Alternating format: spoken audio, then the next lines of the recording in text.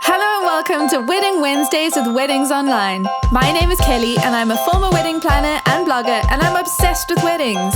If you're planning a wedding in Ireland, you're in the right place. You're going to learn the tried and tested methods to planning your dream wedding without the added stress.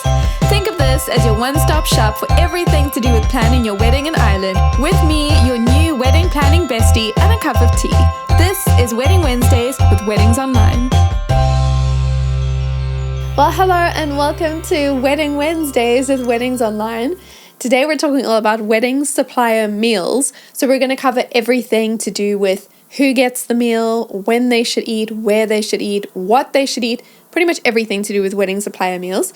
But before we get into it, last week we actually celebrated the very first birthday or anniversary, depending on how you look at it, of the Wedding Wednesdays podcast. So instead of having a water bottle like I have today, or a cup of tea like I often have, I actually had a little glass of something bubbly, and we did a little bit of a celebration, a bit of a recap of some of the popular episodes that we've done and topics that we've covered. And then we also covered some first wedding anniversary gift ideas. And so if you're into first wedding anniversary things and you want to start planning ahead of time, which I highly recommend, then take a listen to last week's episode because I know you're going to love it. And of course, get yourself some Prosecco so that you can celebrate along with me while you're listening to the episode too, because it was a lot of fun. But when it comes to wedding supplier meals, I would not blame you if the thought literally has not crossed your mind a single time that your suppliers need to be fed. If that's you, please don't beat yourself up, because for most of us, we just don't think about it. We're thinking about the guest count. We're thinking, to be honest, a lot of couples don't even include themselves in the head count, which is a little bit of a mistake, but it's easy to get over that one. But because we're so caught up in how many guests we're having and how many meals we need for them, sometimes we can forget about the people who are bringing together all your wedding plans and making your wedding dreams come to life. So obviously, it's a lovely, kind gesture to say to your suppliers, hey, I want to feed you. But it's more than that. You are keeping them sustained throughout your wedding day. You'll be giving them the energy that they need to capture all your wedding photos, or, whatever it is that they need to do at your wedding. You're giving them the energy and sustenance to continue doing that. So I know there's a lot of controversial opinions. For example, when I go to work, no one feeds me. I have to bring my own food. Some people think like that. But as far as I'm concerned, it's your wedding day. You're bringing in these amazing suppliers. They're coming to make your wedding, come to life. They're coming to give you the best day of your life. The least you can do is feed them. So let's just start with that. And we're going to say all suppliers need to be fed. But there is actually a specific list of who should get fed and who you don't need to worry about. So before you worry that you've got hundreds of suppliers to feed, this is the list of what you need to think about. So the general rule is anybody who will be at most of your wedding should get fed. Specifically, anybody who's in the room while the meal is happening. So this would be people like your photographer, your videographer, your wedding planner, your band and DJ, and any other entertainers that you have. Now, you will also have a venue team and caterers and staff, and you won't want to forget about them, especially if you've hired them in. But if they are part of your wedding venue team, and if your wedding venue is handling the catering, they will then sort out everything to do with bar staff, waiters, caterers, and everyone to do with the venue. So what you really need to think about is the suppliers that you have brought in who will be there at your reception. People who don't need to be fed. Anybody who isn't actually going to be around for the reception. So for example, suppliers who have come in at the beginning of the day, like your decor team, they've come to set things up, but they've left after a few hours. Or, your florist, your hair and makeup artist, people who are with you in the morning, but they're not actually sticking around for the whole day. You don't need to worry about giving them a whole meal. Sometimes it is a kind gesture to have snacks and drinks and things on the morning of the wedding and to offer those to the hairstylist and the makeup artist. But in terms of a hot meal that's plated and being served to everybody, you only need to think about the suppliers who are actually there for the meal and have been around for most of the day. The exception would be if you have specifically asked, for example, your makeup artist to stick around to do touch-ups.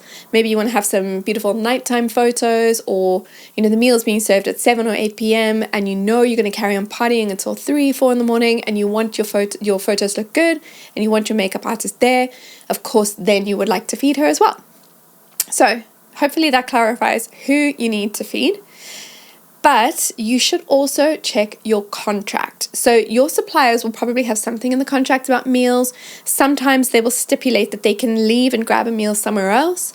This would, of course, depend on the location of your venue, how remote it is, if there is something nearby where the suppliers could go and grab something.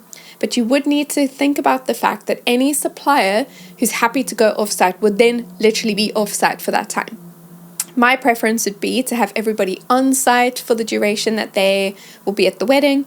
Even if they are having a break to eat, at least they're around. So if something happens, for example, let's say your MC gets a little bit funny and they introduce the cutting of the cake, earlier than you expect, and you're cutting the cake, but maybe your photographer was expecting it to happen 30 minutes later and they have nipped out to get a quick bite to eat as you've all planned, and they come back and the cake has been cut and they didn't get the shot. That would not be your photographer's fault, but if they're on site, it does mean that they can step in, they can quickly put their food aside, and they can jump in and grab the photo for you. So my recommendation is to have them on site where possible. So check the contract, have a look to see what your suppliers have put in there. Many of them will put something, in the contract about having a meal, but have a conversation with them as well. Open communication is the best way to go. But you might be wondering, what on earth do we feed the suppliers? Is it okay to give them sandwiches and crisps? My opinion is that if your guests are getting a hot meal, your suppliers should get a hot meal too.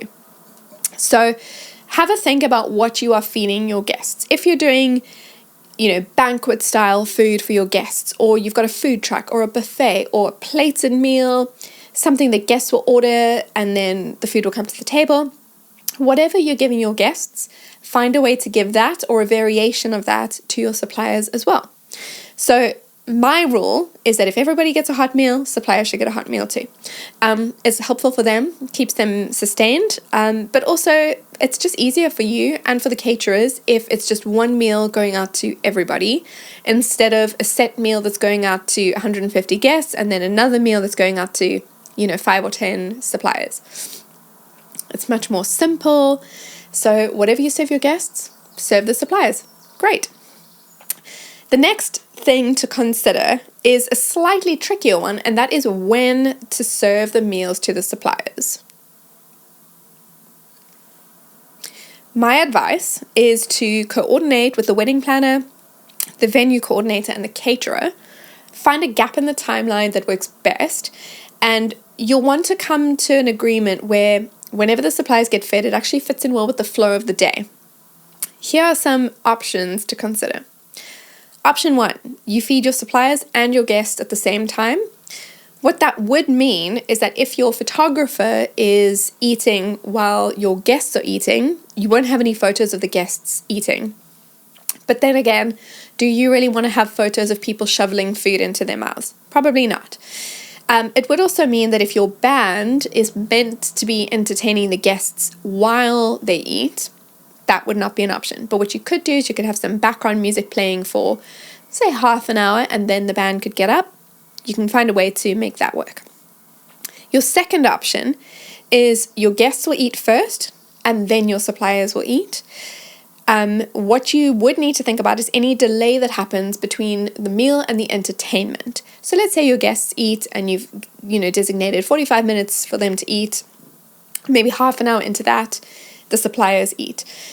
That would mean that once the meal is finished, you would probably want to go into your entertainment. Let's say you've got your band coming up, but you would then need to wait for them to finish eating before they can come up. So that would be something you need to think about. If you have any other type of entertainment, like a comedian or fireworks or something like that, you need to just figure out how you would plot that into your plan. And then your third option is your suppliers eat first and then your guests will eat. And this works well if the suppliers have a different meal to the guests, because normally the timing of what your guests eat and when they eat it will be really precisely planned by your catering team. So it is worth considering. If it's something like food trucks, for example, your suppliers can quickly duck out, grab their pizza or burgers or whatever you've got planned, they can eat, and then all the guests can go for it. So that way the suppliers can quickly eat and they can still get pictures of the guests enjoying the meal. The band could still hop up and play as soon as the meal time is finished. So those are 3 options, but it is worth considering how the flow of your day will work. So have a conversation with your venue coordinator, with your wedding planner and your caterer, and just have a chat about what they think could work very well for your specific wedding and your wedding timeline. And on the final thing to consider is where the suppliers will eat. You may not have even thought to ask this question, but I used to be a wedding coordinator, so I have a lot of experience with eating wedding food at a wedding, and I have a lot of opinions about it. So the extroverts in the room will say, I'll sit anywhere. The introverts or anybody who feels like they might need a break will say, please seat me anywhere that's not in the wedding venue with the guests. So what we did for our wedding was we actually had friends who were wedding photographers, amazing wedding photographers. It's what they did, highly experienced. But they were our friends. And so because they were our friends, we had them seated in the room with our guests. In particular, they were very good friends with my sister-in-law. So they sat together because they were friends with each other. It also meant that the photographers were in the room and they could capture what they needed to in the room. They weren't separated for the duration of the 3-course meal, and so it meant they were in the room.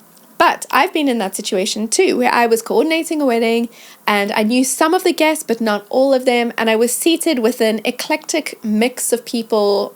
I knew one person, didn't know the rest, and it felt a little bit awkward when I was sitting eating with them. And then for the rest of the wedding, when I wasn't sitting with them, there was that gap at the table where I could have been seated, but actually I was running around doing all the wedding coordinator things. So it is worth considering if you are having a table where the suppliers are seated that's in the venue and requires decor.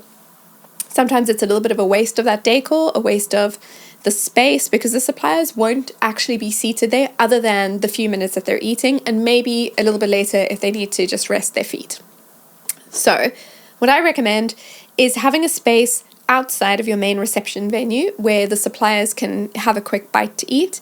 It could also double up as a space where they can store equipment, keep their bags, any other personal items. It does mean that they'll be out of the room for a little bit of time, but it means they can sit and eat, not have to engage with people if that's not what they want to do. You could seat them at the bar if you wanted to, as long as there is an additional space for them to keep their bags, personal items, any kind of equipment. And that way, your suppliers have a little bit of a break. They're not going to sit and eat for a full hour. They may just need 20 minutes, maybe half an hour to put their feet up, eat a meal, take a breather, and then go straight back in and continue serving you on your wedding day and making your wedding day come to life. So let's do a little recap. Who gets a wedding supplier meal? Well, the general rule is anybody who is with you at the time of eating, or anybody who has been with you for the whole day, pretty much. So photographer, videographer, wedding planner, band and DJ, and any other entertainers. Of course, if you are also hiring in venue staff, bar staff, and caterers, you want to make sure that they are fed as well. But if those people come with the venue, they will be covered already. Check your contracts to find out what the suppliers have in there. My preference is to keep everybody on site. Suppliers, give them whatever you are feeding your guests or a variation of it. So if you're having a 3-course meal, you may not have time for your suppliers to sit down for all 3 courses, but you could feed them the main course and have dessert brought out later for them. And then again, when you want to feed the suppliers will largely depend on the flow of your wedding timeline. So my advice is talk to your wedding planner, your venue coordinator, and your caterer and come to an agreement that works for everybody. And then finally, seat your suppliers somewhere that's a little bit outside the venue, but close enough that they're still close to the action and they can step in if they need to. Well, thank you for listening today. The Wedding Wednesdays with Weddings Online podcast is produced by me, Kelly, and mixed, mastered, and edited by Glenn Hartman. For more wedding planning tips, advice, checklists, and more, visit weddingsonline.ie.